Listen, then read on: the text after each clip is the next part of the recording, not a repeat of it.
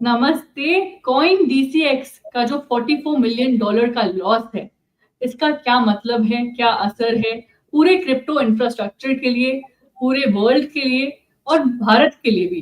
Crypto exchanges पर इसका क्या असर है, जो यूजर्स हैं उन पर इसका क्या असर हो सकता है? ये सारी ही बातें आज हम डिस्कस करेंगे। हमारे साथ हैं बुद्धिल व्यास, ये क्रिप्टो इन्फ्लुएंसर हैं और ये क्रिप्टो एक्सपर्ट हैं, और आनंद लड्ढा, ये फाउंडर हैं इन्वेस्ट आज फॉर कल के और म्यूचुअल फंड डिस्ट्रीब्यूटर भी हैं। बहुत धन्यवाद आप दोनों को आपके समय के लिए। हमने जैसा कि देखा है रिपोर्ट्स में कि भारत के क्रिप्टो करेंसी एक्सचेंज जो है कॉइन डीसीएक्स, उन्होंने एक सिक्योरिटी ब्रीच जो है सफर किया है इस एक्सचेंज ने। इस पर इनका काफी लॉस हुआ है। लगभग जैसे कि हमने कहा 368 करोड़ रुपए का लॉस है या $44 मिलियन का लॉस है ये। और इन्होंने कहा है कि देखिए, फाउंडर्स ने कहा है कि देखिए, जो इन्वेस्टर्स हैं उनके फंड सेफ हैं, और जो कंपनी है, जो क्रिप्टो एक्सचेंज है, वो जो है ये सारा अपना ट्रेजरी रिजर्व से जो है एक्सपोजर अब्सॉर्ब कर रहे हैं, और ये इनका इंटरनल ऑपरेशनल अकाउंट में हुआ है ये हैकिंग या एक तरह से सिक्योरिटी ब्रीच। लेकिन इस पूरी बात का क्या असर है क्रिप्टो इंफ्रास्ट्रक्चर पर और भारत पर, आनंद? क्योंकि काफी लोगों की नजर जो है अब क्रिप्टो की दुनिया में है, उन्होंने देखा है कि क्रिप्टो जो है अच्छे रिटर्न्स देते हैं, तो उन लोगों को आप क्या कहना चाहेंगे? मैम देखिए, पहले तो थैंक यू सो मच, आपने शो पे बुलाया इंटरेस्टिंग डिस्कशन करने के लिए, काफी इंपॉर्टेंट टॉपिक भी है सभी के लिए। मैम लास्ट ईयर भी जुलाई में ही आया था वजीर एक्स का हैक, जहां पे ऑलमोस्ट सब यूजर्स का पैसा भी डूब गया था, और वो बड़ा सेटबैक था कंप्लीट क्रिप्टो इंडस्ट्री इंडिया के पर्सपेक्टिव में, क्योंकि इंडिया अभी ग्रोइंग मार्केट है, इंडियन इन्वेस्टर समझ रहे हैं, चाहे वो इक्विटी मार्केट्स को अब उन्होंने धीरे धीरे समझना स्टार्ट किया है, कुछ एसआईपी स्टार्ट करी है, धीरे धीरे क्रिप्टोस को एक्सप्लोर कर रहे हैं। इस समय पे कभी ऐसा कुछ हैक हो जाता है, कुछ इंसिडेंट्स हो जाता है, चाहे किसी पे भी हो, पूरी इंडस्ट्री के लिए इट इज नॉट राइट। अब वापस से इस बार कॉइन डीसीएस का मैटर आ गया। अच्छी बात यह है कि फाउंडर ने पूरी रिस्पॉन्सिबिलिटी लेते हुए कहा है कि हम लोग इसको कवर करेंगे, पर बुरी बात यह है कि आज $44 मिलियन का है, कल बड़ा अमाउंट हो जाए तो क्या होगा, क्या वो कवर कर पाएंगे, नहीं कर पाएंगे, क्या उनकी बुक्स अलाउ करेगी, नहीं करेगी, वो अभी भी क्वेश्चंस रहते हैं। सो टेंशन तो है काफी यूजर्स के लिए, अभी कुछ के विड्रॉल्स अभी रुके हुए हैं, रेगुलर क्वेरीज आ रही है ट्विटर पे, मैं जो देख पा रहा हूँ रेगुलरली लोग पूछ रहे हैं कि अभी क्या होगा। तो दिक्कत तो है, लोगों को टेंशन है। इसमें सबसे इंपॉर्टेंट ये है कि अभी तक इंडिया में कोई फ्रेमवर्क नहीं है, कोई कंप्लायंस अथॉरिटी नहीं है, कोई करता धरता नहीं है जिसके पास जाके यूजर्स अपनी कंप्लेन कर सके, अपना दुखड़ा रो सके और अपने को एक जस्टिस ला पाए। इसके लिए बहुत इंपॉर्टेंट हो जाता है कि सरकार आने वाले समय में कुछ पॉजिटिव स्टेप्स लेते हुए, यूएस भी अब ले रहा है, तो प्रोबेबली हम यूएस के लेने के बाद शायद हम भी उनको अलाइन करते हुए अपने स्टेप्स लेंगे, और इस कंप्लीट स्पेस को बेटर करने की कोशिश करेंगे, इंप्रूव करने की कोशिश करेंगे, कंप्लाइंट करने की कोशिश करेंगे। या फिर हमें लगता है कि नहीं, इंडिया में क्रिप्टो नहीं होना चाहिए, तो फिर तो सीधा बैन कर दिया जाए और सबको क्लैरिटी मिल जाए कि भैया तुम क्रिप्टो नहीं कर सकते। पर जो भी है, क्लैरिटी के साथ कंप्लायंस का हर किसी को वेट है। जी बिल्कुल। बुद्धिल, क्या आप सहमत हैं? याद रखिए कि प्रधानमंत्री नरेंद्र मोदी जी ने भी ये कहा है कि देखिए, ग्लोबल फ्रेमवर्क चाहिए एक तरह से क्रिप्टो करेंसीज के लिए। तो अब क्या आपको लगता है कि देखिए ये बहुत महत्वपूर्ण है, क्योंकि जो काफी सारे यूजर्स हैं, इन्वेस्टर्स हैं, उनके दिमाग में अब काफी सवाल आ रहे हैं उनके फंड्स को लेकर। जो क्रिप्टो एक्सचेंजेस हैं जैसे कि कॉइन डीसीएक्स हमने देखा भारत में, उन पर भी अभी ये सिक्योरिटी ब्रीच का असर हुआ है। तो आप क्या कहना चाहेंगे? Yes ma'am, like I completely agree to this कि जो गवर्नमेंट है उन्हें इसके ऊपर थोड़ा सा जो फ्रेमवर्क बनाना चाहिए रेगुलेशंस को लेकर, वो बनाना चाहिए एज सुन एज पॉसिबल, क्योंकि इंडिया में इन्वेस्टर्स बहुत ज्यादा हैं। और अगर आज की तारीख में बात की जाए तो इंडिया नंबर सेकंड के ऊपर है इन्वेस्टर्स के मामले के अंदर क्रिप्टो। तो बहुत ज्यादा इन्वेस्टर्स हैं इंडिया के अंदर, बट ज्यादातर लोग जो अभी भी क्रिप्टो के अंदर आने से डर रहे हैं, उसके पीछे रीजन सिर्फ एक ही है कि लोगों को क्लैरिटी नहीं है कि क्या ये लीगल है या फिर इलीगल है, या फिर सिर्फ इसके ऊपर टैक्सेशन है या फिर वही रहने वाला है। तो गवर्नमेंट इसके ऊपर काम कर रही है। वी हैव सीन बहुत सारे आर्टिकल्स भी ऐसे आए हैं, या फिर न्यूज के अंदर भी हमने निर्मला सीतारमन जी को बात करते हुए देखा है, मोदी जी को बात करते हुए देखा है कि ग्लोबल फ्रेमवर्क के ऊपर they are working on it. तो धीरे धीरे मुझे लगता है कि जैसे यूएस इसके ऊपर काम करेगा, वही सारी चीजें बाकी कंट्रीज भी उसे अडॉप्ट करने की कोशिश करेगी और चीजें बेहतर हो जाएंगी। रही बात अभी इस हैक के बारे में, तो कॉइन डी सिक्स ने बहुत अच्छी तरीके से इसको संभाला भी, और कहीं ना कहीं मैं ये चीज कहूंगा कि इन्होंने सेफ्टी के ऊपर प्रॉपर ध्यान रखा, जिसकी वजह से शायद इनका जो एक छोटा सा वॉलेट था वही सिर्फ हैक हुआ, जो सिर्फ इनके ऑपरेशंस के लिए ही काम किया जाता था, to provide the liquidity to exchange. Exchange में जो लिक्विडिटी प्रोवाइड की जाती है उसके लिए एक छोटा अलग से वॉलेट इन्होंने रखा हुआ था, सारे फंड्स को यूजर का और अपने ऑपरेशंस के लिए जो वॉलेट होता है वो एक नहीं रखा मिक्सअप। एक बहुत बढ़िया चीज इन्होंने की जिसकी वजह से बड़े फंड के ऊपर अटैक नहीं हुआ। और फ्यूचर में भी ऐसी चीजों को रोकने के लिए यही चीजें हमें करनी चाहिए या फिर एक्सचेंजेस को फॉलो अप रखनी चाहिए कि अपना फंड जो उनके पास है वो एक्चुअल में उनका नहीं है, वो यूजर्स का है। तो उसकी सेफ्टी वो ऐसे ही रख सकते हैं कि उस फंड को अलग अलग जगहों पर रखें। जो वजीर एक्स के साथ हुआ था पिछली जुलाई के अंदर, तारीख सिर्फ एक का डिफरेंस है, 18 और 19 जुलाई, बाकी date is same, almost same. तो लोग उस वजह से पैनिक हो गए कि यार आज से ठीक एक साल पहले हमारे साथ ये प्रॉब्लम हो चुकी है और आज तक लोगों को विड्रॉल नहीं मिला। But on the side of CoinD6 उन्होंने सेम डे पर आकर के सामने चीजें क्लैरिफाई करी कि हमारा सिर्फ छोटा सा फंड यहाँ से गया जिसे हम आसानी से बेयर करके आप लोगों तक पहुंचा सकते हैं और इससे हमें कोई नुकसान भी नहीं है और ना ही यूजर्स का पैसा हमारा गया है, क्योंकि यूजर्स का पैसा अलग कोल्ड वॉलेट में पड़ा है जिसको हैक करना इतना आसान नहीं है, क्योंकि वो कुछ 3 से 4 सिग्नेचर्स मांगता है अलग अलग एंटिटीज के, तब जाकर के उस वॉलेट की ओपनिंग होती है। ऐसे वो वॉलेट ओपन भी नहीं होता और एक्सेस भी नहीं होता। तो इस वजह से मल्टी सिग वॉलेट बोलते हैं उसको, इस वजह से वो आसानी से क्रैक करना पॉसिबल नहीं है उसको, इस वजह से वो हैक होना भी थोड़ा मुश्किल है।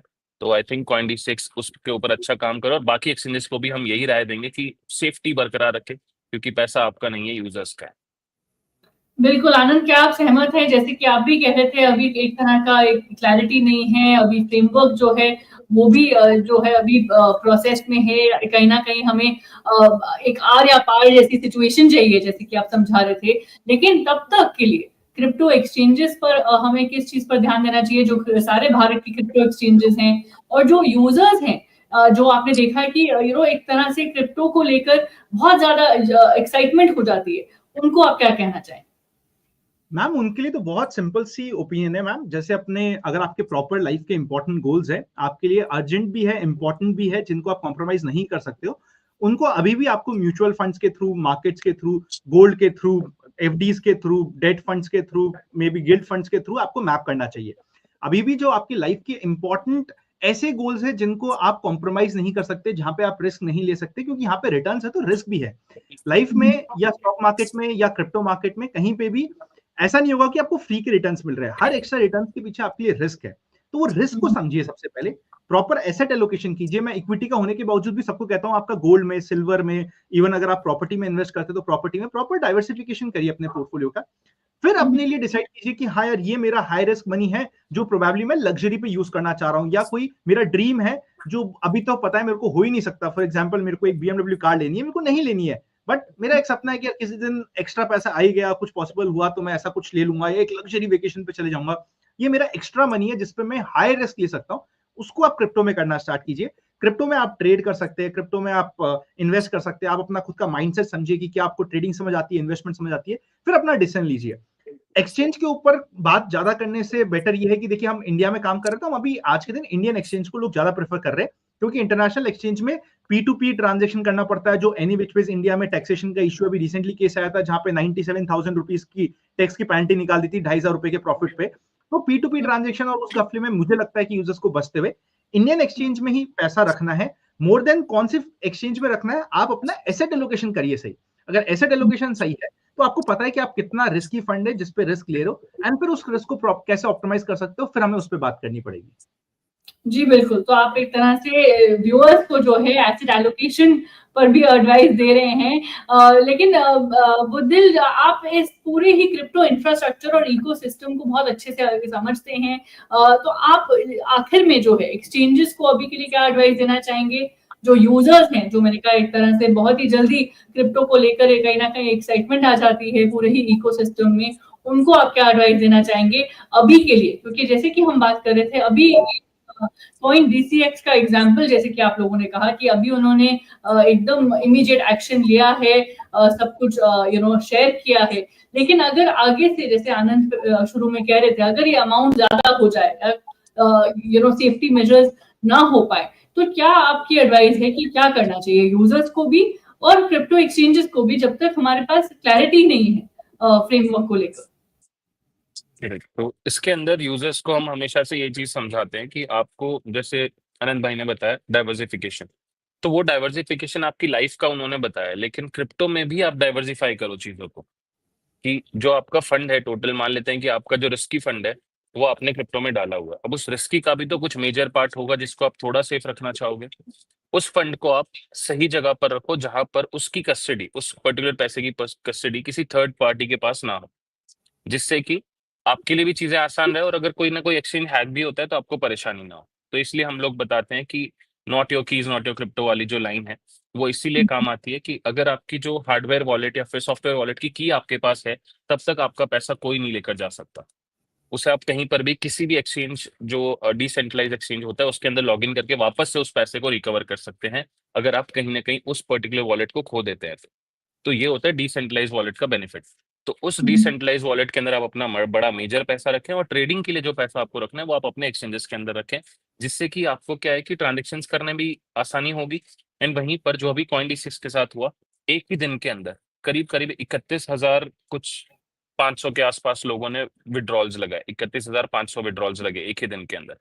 वो तो ठीक है, CoinDesk का हैक छोटा था तो उन्होंने कुछ 30,500 या 30,800 के आसपास के विड्रॉल्स चालू कर दिए, बट रिमेनिंग 600-700 जो बड़ा अमाउंट है, 600-700 विड्रॉल जिनके अंदर बड़े अमाउंट के विड्रॉल्स लगे, वो अभी भी वो एक्टिव नहीं कर पा रहे हैं।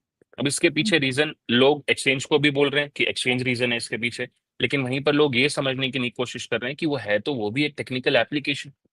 अब टेक्निकल एप्लीकेशन के ऊपर अगर हजारों लोग एक साथ फंक्शन करेंगे, जो उसके सारे यूजर्स हैं वो एक ही समय के ऊपर न्यूज आते ही अगर वहां पर फंक्शन या एक्ट करने की कोशिश करेंगे तो एक टेक्निकल ग्लिच शो करेगा। और टेक्निकल ग्लिच को सॉल्व करने के अंदर टेक्निकल चीजें लगती है और टेक्निकल समाधान लगता है जिसको 24 घंटे 48 घंटे लग सकते हैं। तो वही सारी चीजों के अंदर यूजर पैनिक हो जाता है क्योंकि 48 घंटे आपके लाखों रुपए आप पैनिक के अंदर देख नहीं पाते हो। ये ह्यूमन साइकोलॉजी है। तो उससे बचने के लिए सिंपल है, बड़ा पैसा सही सेफ जगह पर रखो और छोटे पैसे को ट्रेडिंग के लिए जहां इस्तेमाल कर रहे हो उसको छोटे छोटे अगर विड्रॉल्स लेकर के क्लियर करोगे तो वो आपके लिए भी आसान है। ये ऑफ कोर्स आपकी इंडिपेंडेंट एडवाइस है, लेकिन जैसे कि आप दोनों ने कहा अभी एक तरह से फ्रेमवर्क का इंतजार है, अभी एक तरह से काफी लोगों को क्लैरिटी और रेगुलेशन का इंतजार है। और अगर या जैसे कि आनंद कह रहे थे, या तो आ रहा है वो प्रोसेस या वो नहीं आ रहा है, लेकिन एक क्लैरिटी जरूर चाहिए सिस्टम में, क्रिप्टो की दुनिया में। और तब तक के लिए यूजर्स को क्या करना चाहिए और क्रिप्टो एक्सचेंजेस को क्या स्टेप्स लेने चाहिए, वो दर्शकों को समझाने के लिए बहुत बहुत धन्यवाद। Thank you.